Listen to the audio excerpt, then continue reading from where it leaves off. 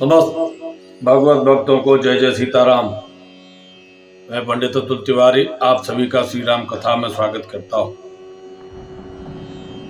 पिछली कथा में हमने आपको सुनाया था कि हनुमान कहते हैं मैना जी से कि जाओ पुत्री को समझाओ जाकर, क्योंकि नारद जी ऐसा कह के गए। और नारद जी ने कहा है, तो नारद जी की बात क्या है कि बरो पावक प्रगट सस माही और नारद बचन अन्यथा नाही।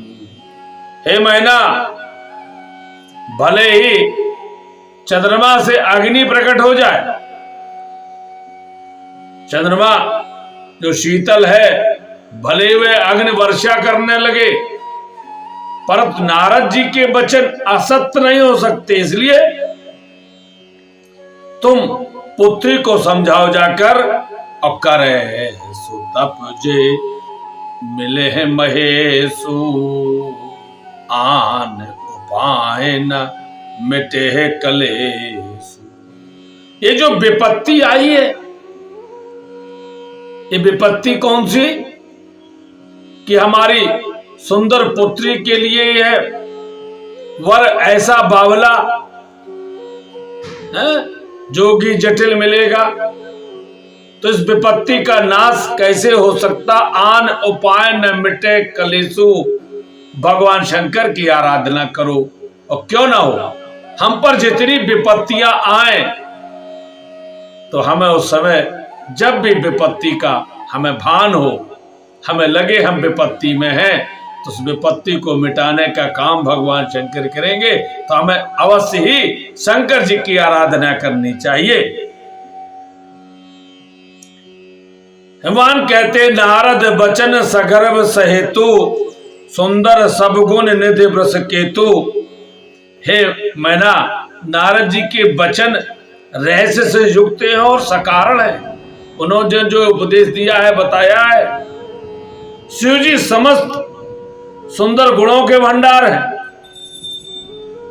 इसलिए अस विचार तुम तजो आशंका और सब है भातु शंकर अकलंका।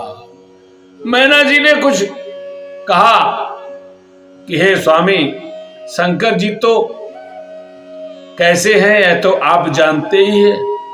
हनुमान कहते हैं तुम इस आशंका को त्याग दो। शंकर जी अपने गुणों को छिपाए रहते हैं, वे गुणवान हैं, वे निष्कलंक हैं, उनमें कोई दोष नहीं है। ये अपने गुणों को छिपाए रहते हैं, ये प्रकट नहीं करते। इसलिए तुम अपनी आशंका को त्याग दो। सोने पत बचन हरस मन माही और कही तुरंत उठ गिर जा पाही। मैना जी ने जब हनुमान के द्वारा ऐसे सुंदर वचन सुने तो उन्हें विश्वास हुआ, उनकी आशंका मिटी और जाकर के अपनी सुंदर पुत्री पार्वती के पास पहुंचती हैं। ओ महे बिलोक नयने भरे बारी और सहित सने गोद बैठारी। अपनी प्रिय पुत्री पार्वती के पास जाकर जब मैना जी पहुंची तो पुत्री के सुंदर मुख को देखा। जो ही देखा अपनी प्यारी पुत्री को तो नेत्रों में जल भर आया और प्रेम के साथ अपनी गोद में बैठा लिया। और बात फिर वही आ गई। अभी जो नारद जी ने वचन कहे थे वह तो समझ में नहीं आए। पति से पूछा तो हनुमान जी ने बताया, समझाया, तो उसमें भी शंका हुई। उस शंका को मिटाया हनुमान ने, परंतु पुत्री को जब देखा तो स्नेह आ गया और स्नेह में फिर वही बात आ गई, फिर आशंका आ गई। ये होता ही है। प्रेम जो होता है ना, ये हमें फिर बुद्धि का प्रयोग नहीं करने देता। जहां प्रेम होता वहां बुद्धि नहीं होती। हमारे गुरुदेव भी कहते थे प्रेम में बुद्धि का प्रयोग होता ही कहां, बुद्धि तो दूर भाग जाती है। और जहां बुद्धि का प्रयोग होता वहां प्रेम नहीं हो पाता है। यहां पर जब अपनी पुत्री को देखा, ज्ञान जाता रहा और फिर वही बात, सहित स्नेह गोद बैठारी, नेत्र में जल भराया। बार है बार लेते उरलाई, और गदे गदे कंठे ना कछो कहे जाई। आई है समझाने के लिए, कहने के लिए कि जाओ तपस्या करो, परंतु अब वाणी जो कंठ है ना वह अवरुद्ध हो गया है। माता मैना का कह नहीं पा रही। अपनी पुत्री से, सुकुमारी पुत्री से कैसे कहे कि जाओ तपस्या करो, कठोर वन में कैसे भेज दे। प्रेम ने उस ज्ञान को नष्ट कर दिया। परंतु यहां पर क्या होता, गोस्वामी जी कहते हैं जगत मातो सर्वज्ञ भवानी, और मातु सुखद बोली मृदु बानी। परंतु माता भवानी तो जगत जननी है, सर्वज्ञ है, सब कुछ जानने वाली है। वह तो माता के मन की बात को जान गई कि ये प्रेम के वशीभूत है, ये हमसे जो कहने आई वह कह नहीं पा रही। अपनी कोमल सुकुमारी सुंदर पुत्री को इस वन में कैसे भेज दे। दुखी है तो माता के दुख को दूर करने के लिए जगत जननी जगदम्बा माता पार्वती कहने लगी, सुने माँ तुम्हें दीख अस सपन सुनायो तो है, सुंदर गौर सुविप्र बर अस उपदेश मोहे। माता ने जान लिया कि मेरी माँ बहुत दुखी है, अब इनके दुख को कैसे दूर किया जाए। माता भवानी कहने लगी, हे माँ मैंने एक सुंदर स्वप्न देखा है, मैं तुम्हें वह बताती हूँ। स्वप्न में मुझे सुंदर एक ब्राह्मण देवता का दर्शन हुआ और उन ब्राह्मण देवता ने मुझे ऐसा उपदेश दिया है। माता मैना ने क्या कहा कि कौन सा उपदेश दिया है।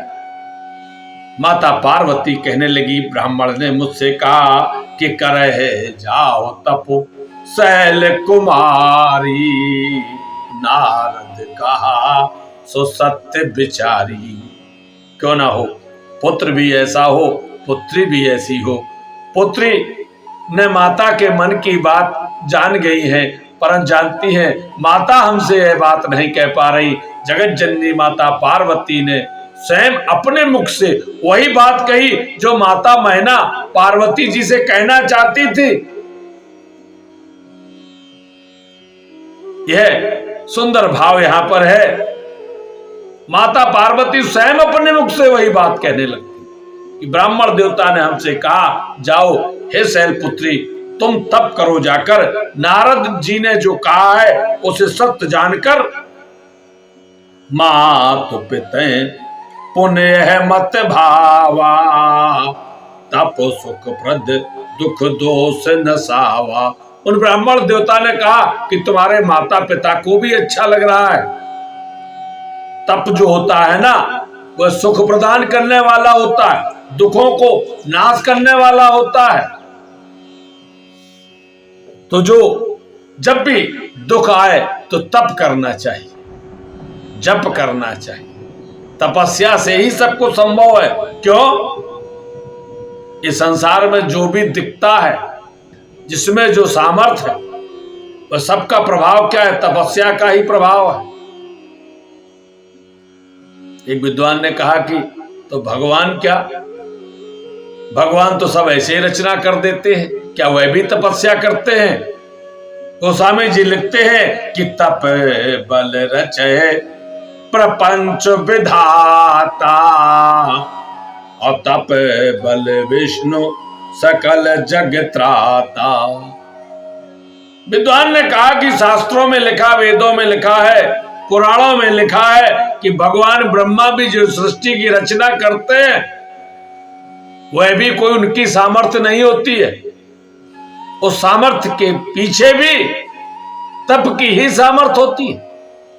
और जब आप सृष्टि रचना के बारे में सुनेंगे तब अवश्य ही वह दृष्टांत, वह सुंदर चरित्र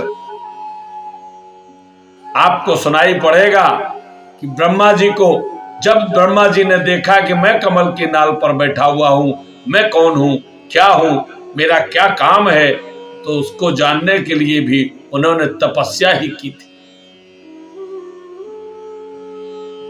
तप बल रचय प्रपंच विधाता।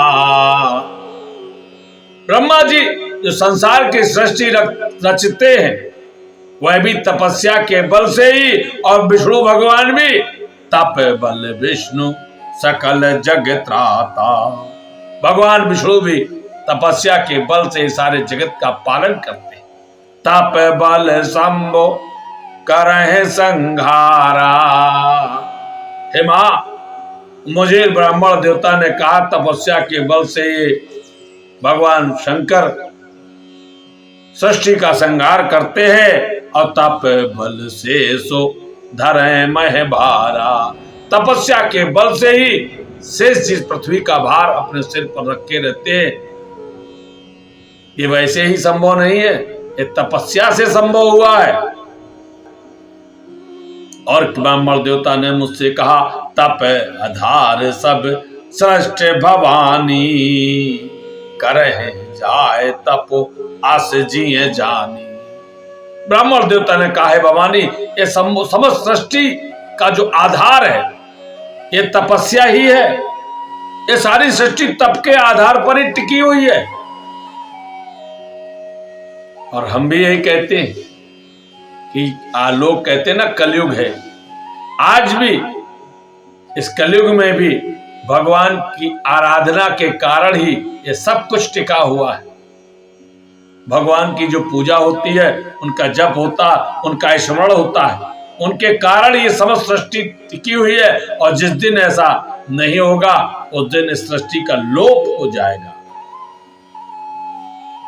इसलिए करहे जाए तप आस जिए जानी। हे पार्वती, तुम ऐसा जानकर तुम तपस्या करो, तो तुम जो तपस्या करोगी तो तुम जो मनोवांछित फल है वह अवश्य प्राप्त करोगी।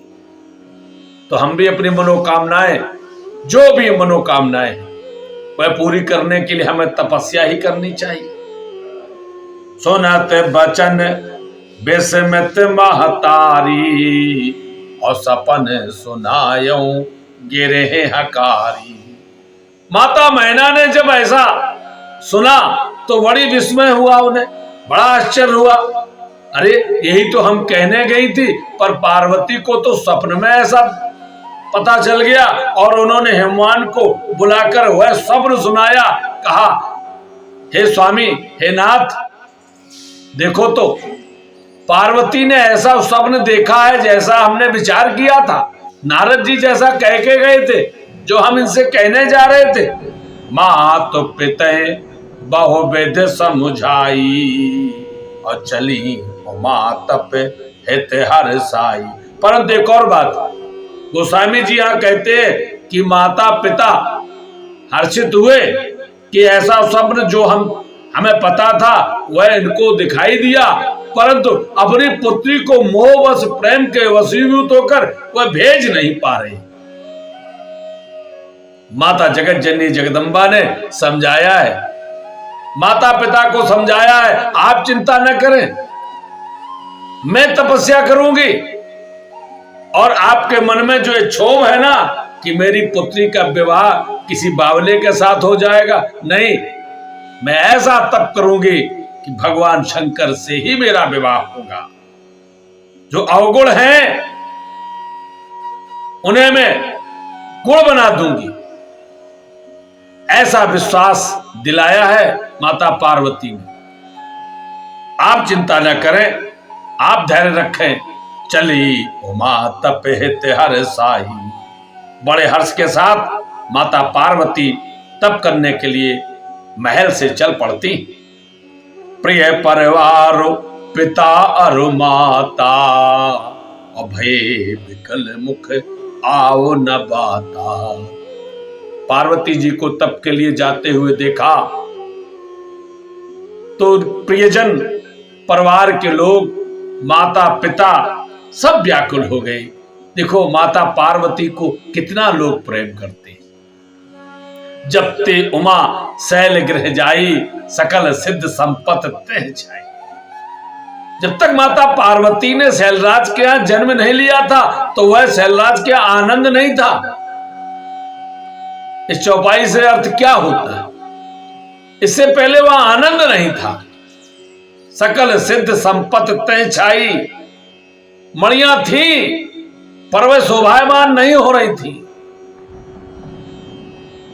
परंतु जब से माता पार्वती ने है शैलराज हिमालय के यहां जन्म लिया, आहा सकल सिद्ध संपत तह छाई, आनंद ही आनंद था। इस कारण से सभी माता को बड़ा प्रेम करते थे। और आज जब तप के लिए जाते हुए देखा तो व्याकुल हो गए, मुख से कुछ निकल नहीं रहा, रोक पा नहीं रहे, जाने की इच्छा नहीं कि जाने दें, परंतु कुछ कह नहीं पा रहे हैं, व्याकुल हो गए हैं। उसी समय इतने व्याकुल हो गए कि वेद सिरा मुन आए, तब सब कहा समझाए। और व्याकुल क्यों हो गए? क्योंकि सबको यह लग रहा ये सुकुमारी है, और सुकुमारी वन में जाकर कठोर तप कैसे करेगी मेरी पुत्री? कहीं कुछ अनिष्ट ना हो जाए, कहीं कुछ बुरा ना हो जाए, ये सोच नहीं पा रहे कि क्या पार्वती भगवान शंकर की आराधना कर पाएंगी, क्योंकि दुराधर्ष दुर्गम भगवाना, इनकी आराधना बड़ी दुर्गम है। दुराराध्य पर अहे महेशु, भगवान शंकर की आराधना कठिन है। ये शीघ्र भी प्रसन्न होते हैं, परंतु इनकी आराधना बड़ी कठिन है। परंतु उसी समय वेद श्रामुन आते हैं, समझाते हैं, बताते हैं। पार्वती महिमा सुनत रहे प्रबोधय पाए। बताया है कि ये पार्वती जो है ना, ये साधारण नहीं है, ये जगत जननी जगदम्बा का, पराम्बा का अवतार है। ये पूर्व जन्म में ये भगवान शिव की ही अर्धांगिनी सती के रूप में थी, दक्ष पुत्री। तुम्हारे यहां जन्म लिया कर, इनकी महिमा अमित है, तुम लोग चिंता मत करो। जब ऐसा कहा, पार्वती जी की महिमा का बखान किया वेदश्रा नामक मुनि ने, तो सबको समाधान हो गया। और उधर एक सुंदर स्थान पर, हिमालय पर्वत में इस सुंदर स्थान पर जाकर माता पार्वती ने क्या, और धर उमा प्राण पति चरना, और जाए विपिन लागी तप करना। एक स्थान पर गई है, सुंदर आसन बिछाया है, प्रणाम किया है, संकल्प लिया है, और इसके बाद उर्धर उमा प्राण पथ चरना, अपने हृदय में भगवान शिव जी के चरणों को धारण करके पार्वती जी जाए विपिन लागी तप करना, उन्हीं चरणों का ध्यान करने लगी। उर्धर उमा प्राण पथ चरना, जाए विपिन लागी तप करना। भगवान शंकर के उन सुंदर चरणों को अपने हृदय में धारण करके उन्हीं का ध्यान करते हुए तपस्या करने लगी। आते सुकुमारो न तनु तप जोगु, और पत पद सुमिर तजेउ सब भोगु। अत्यंत सुकुमारी है, कोमलांगी है। ये शरीर माता पार्वती का तप के योग्य नहीं है। पत पद सुमिर तजेउ सब भोगु, परंतु अपने प्राणपति श्री भगवान शंकर के चरणों का स्मरण करके समस्त भोगों का परित्याग कर दिया। शैलराज हिमालय के घर में राजकुमारी के रूप में रहने वाली माता पार्वती आज यहां पर तपस्विनी बन गई है, समस्त भोगों का परित्याग कर दिया।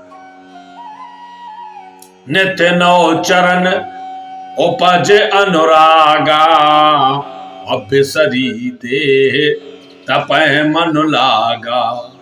और जब भगवान शंकर के चरणों का ध्यान करते हुए तपस्या करने लगी तो स्वामी के चरणों में नित्य नया अनुराग उत्पन्न होने लगा। और इतना अनुराग उत्पन्न हुआ, तप में ऐसा मन लगा, तपस्या में ऐसा मन लगा कि शरीर की सुध भूल गई। संबत सहस मूल फल खाए, और साग खाए सत वर्ष गवाए। संबत सहस 1000 वर्ष तक, 1000 वर्षों तक उन्होंने मूल और फल मूल खाकर उन्होंने बिताए हैं। राजमहलों का सुख त्याग दिया, तपस्वी का जीवन व्यतीत कर रही हैं और 1000 वर्षों तक केवल फल मूल खाकर ही जीवन व्यतीत किया। साग खाए सत वर्ष गवाए, 100 वर्षों तक केवल साग खाया है। और कछो दिन भोजन बार बतासा। अब भगवान शंकर की आराधना ऐसी ही है, परंतु फिर भी इसके बाद वो क्या किया माता पार्वती ने, कछो दिन भोजन बार बतासा। कुछ दिन उन्होंने जल और वायु का ही भोजन किया है। अपने भोजन में उन्होंने कुछ दिन जल पिया है और कुछ दिन केवल वायु पीकर ही रही। कि ये कठिन कछु दिन उपवासा, कुछ दिनों तक उन्होंने कठोर उपवास किया। और अभी भगवान शंकर प्रसन्न नहीं हुए। तो जब अभी भी प्रसन्न नहीं हुए तो माता पार्वती ने क्या किया, बेल पाती मह परे सुखाई, 3 सहस संबत सोए खाई। माता पार्वती ने बेल पत्र को पृथ्वी पर सुखा कर, अर्थात बेल पत्र जो सूख कर पृथ्वी पर गिरते थे, जो सूख जाते थे, उनको ही, गिरे हुए बेल पत्रों को ही उन्होंने 3000 वर्षों तक खाया है, उनका सेवन किया। पुण्य पर हरे सुखा ने परना। और इसके बाद भी उन्होंने क्या किया, माता पार्वती ने उन सूखे हुए पत्तों का भी परित्याग कर दिया। बेल पत्र जो सूखे हुए खाती थी उनको, उनका भी त्याग कर दिया, वो भी नहीं खाती। और जब से उन्होंने उन पत्तों को खाना, बेल पत्रों को खाना छोड़ा, तो गोस्वामी जी लिखते हैं, ओ मैं नाम तब भयऊ अपर्णा। माता उमा का नाम उस दिन से एक और नया नाम पड़ गया, क्या, अपर्णा नाम कहा जाने लगा। उनका नाम अपर्णा हुआ। देख उमह तप खीन शरीरा, ब्रह्म गिरावे गगन गंभीरा। और जब माता उमा का शरीर क्षीण हो गया,